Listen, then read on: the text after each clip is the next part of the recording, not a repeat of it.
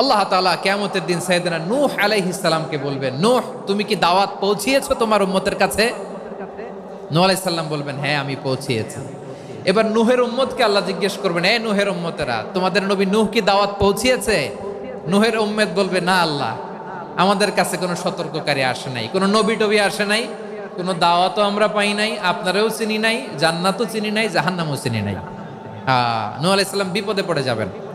তখন আল্লাহ বলবেন, নূহ তুমি বললা পৌঁছিয়েছো, তোমার উম্মত বলে কিছু পায় নাই। নূহ তোমার কি কোনো সাক্ষী আছে? তোমার কথা আর তোমার উম্মতের কথা তো মিলে না। তুমি বললা তুমি আমার নির্দেশনা দাওয়াত পৌঁছে দিয়েছো, কিন্তু তোমার উম্মত বলে পায় নাই। নূহ তোমার পক্ষে কোনো সাক্ষী আছে? নূহ আলাইহিস সালাম বলবেন, আছে। কে? উম্মতে মুহাম্মাদি। তখন আমরা বলবো, আল্লাহ, আল্লাহর নবী নূহ আলাইহিস সালাম তিনি আপনি যা যা বলেছেন ঠিক তা তা তার উম্মতের কাছে পৌঁছে দিয়েছে। এবার নূহের উম্মতের সাথে আমাদের ঝগড়া লাগবে। তারা বলবে, তোমরা আসছো আমাদের হাজার হাজার বছর পরে, তোমরা কি করে জানলা? তোমাদের সাক্ষী ধর্তব্য হবে না?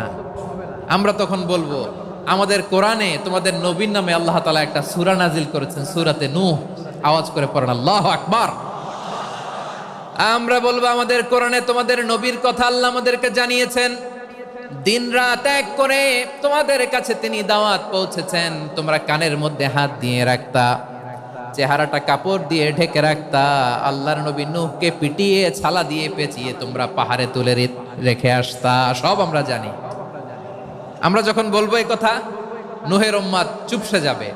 তখন আমরা সত্য বলেছি কিনা এটা আল্লাহ তাআলা জানতে চাইবে বিশ্বনবীর কাছে। তখন বিশ্বনবী আমাদের পক্ষে সাক্ষী দিবেন। আওয়াজ করে বলেন আল্লাহু আকবার। এজন্য আল্লাহ বলেন, নবী আপনি হচ্ছেন সাক্ষ্যদাতা, সব নবীদের উপর আপনি হবেন সাক্ষী, আবার আপনার উম্মতের সাক্ষীর উপর আপনি হবেন সাক্ষী। তার মানে নবী গো, কিয়ামতের কঠিন ময়দানে আপনি হবেন রাজ সাক্ষী। বিশ্বনবী কি সাক্ষী?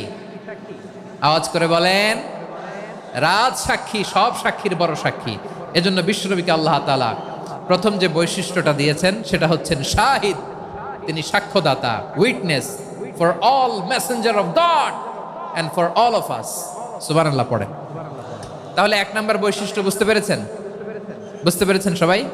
মাশাআল্লাহ। এদিকে কি ভাই, এই যে জেনজি অফ সিলেট,